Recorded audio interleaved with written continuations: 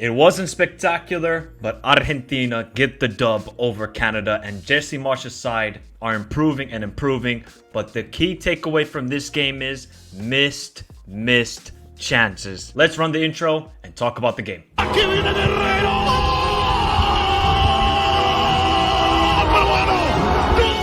Centro para Córdoba.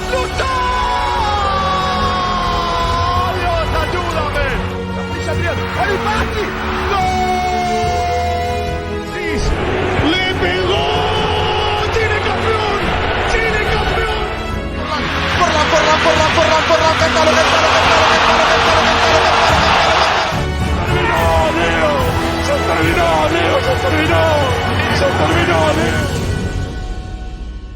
What an intriguing game that was. Watching it on replay this morning, Canada came there to ball out. What I like most about Jesse Marsch's side is they're not afraid to do the pressing, to play a high line, and to play actual football. Because what we've seen from Canada in the past year is a little bit hesitant. They got the quality, but they've just been too lackluster, not enough organization. This side, in 3 games. Now, the biggest problem for Canada is in these 3 games is they haven't scored a goal yet.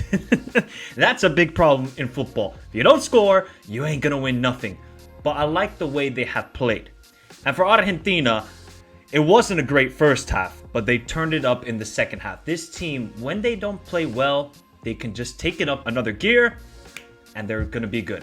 And yes, it was Canada, and Argentina will most likely face much tougher opponents. But I think they got a good test in this first game. And Argentina, remember what happened in the last game?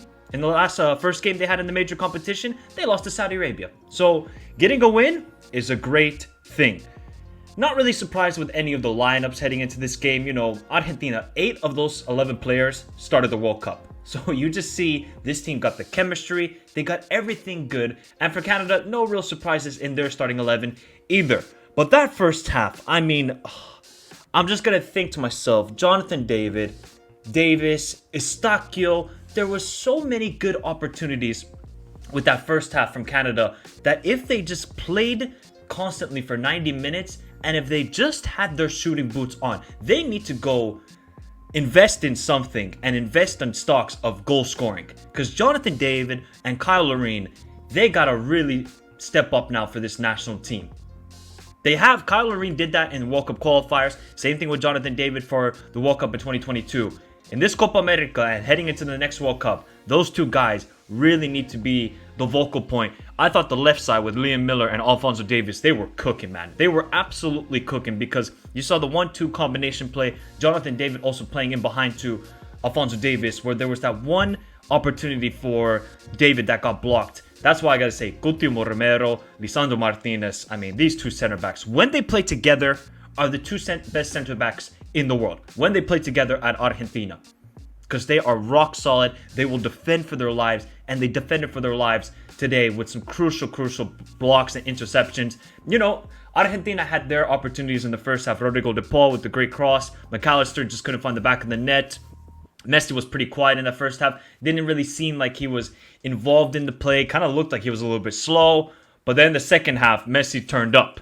And Canada, they still had their opportunities in the second half. But Crepeau, that's another big advantage for Canada is Crepeau is a much better goalkeeper than Borjan. Shout out to the sweatpants and everybody, Gold's Gym's sweatpants. Crepeau, that's a goalkeeper. And that is a good thing for Canada because with Borjan, at what we saw at that World Cup, I was like, they're going to have to improve in that position. The second half, you know, great pass by Messi into McAllister. Crepeau, I mean, that would have been a penalty if Alvarez didn't score. McAllister's so intelligent just to lay it off to Alvarez. Alvarez tap in.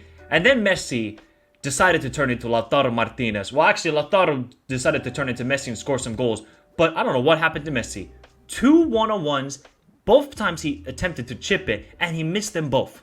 I mean, I don't know what happened there for Messi, who was a little bit better in the second half. You can see he was much more involved in the play. His playmaking, dude, it's the best ever. It's the best ever with his playmaking. And he gets the second goal as well. Great play from Lo Celso. Did you see that second goal from Argentina almost was reminiscent of the World Cup final goal where Di Maria scored? The build-up play, the counter-attack, the one touches from Lo Celso. Then he finds Messi with all of the space. And that is the last person on this earth. It's like giving Putin the red button for nuclear weapons. Do not give it to Messi. He is the last person to find a pass. He finds it into El Toro, and now El Toro is on goal scoring form, people. El Toro has now got 3 goals in his last 2 games because he scored 2 against Guatemala. So that is a great thing for Argentina, because during the World Cup qualifiers so far in CONMEBOL, Alvarez and Lautaro have been struggling to find the back of the net. And for both of them to score in this game, and especially Lautaro, impressive. So imagine if all those chances that Messi had with the 1-on-1 with the chips, if that was Lautaro Martinez, oh my god, social media would be ripping him apart. But I'm glad to see El Toro get some goals, and now I think his confidence is going to keep on growing and growing. But yeah, look, overall, Canada, I think they played a very good game. They were just the missed chances. Eustáquio in that second half with the header. Oh, he should have done better, man. He should have done better. And also, no, sorry, it wasn't Eustáquio. It was Jonathan David. The cross from Schaffelberg. By the way, Schaffelberg off the bench. Bro, this guy should be starting. He should be starting. I don't know what. Another player that has to now step up is Tajon Buchanan. Tajon Buchanan recently for Canada has been ass.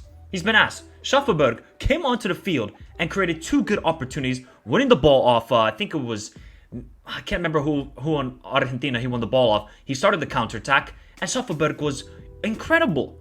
Incredible. And the defending again from Cuti Romero to block Laren's shot. Again, would I say Cuti Romero was man of the match? Maybe. He was a little bit slow when he had possession of the ball in the first half, but otherwise, if you just want to talk about pure defending, it is Cuti Romero. And yeah, look, Argentina get the 2-0 win. It's not going to always be the prettiest international football and tournament football. Come on. Was it pretty for Argentina winning that Copa America? The final? No, it wasn't. But they got the job done. And I really just got to highlight, if Jesse Marsch can continue with this team and develop a good pattern, because they have shown some good patterns of play. The left side, I think, is good for Canada with Liam Miller and Davis, and then Jonathan David kind of creating that triangle. That right side needs to improve big time for Canada. They need to be able to attack down both wings, and they were not really able to do that, because if you look at the average positions of basic Canada, look at how close the 2 wingers were to their 2 fullbacks, and everything then creating down the middle from Kone, Eustáquio, Kyle Larin, and Jonathan David.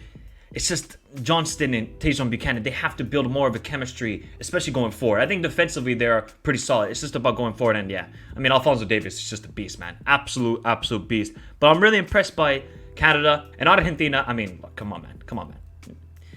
Well, what do we need to say, people? It doesn't matter if they don't have a natural left winger. I mean, it wasn't Di Maria's best game. He could definitely play a lot better.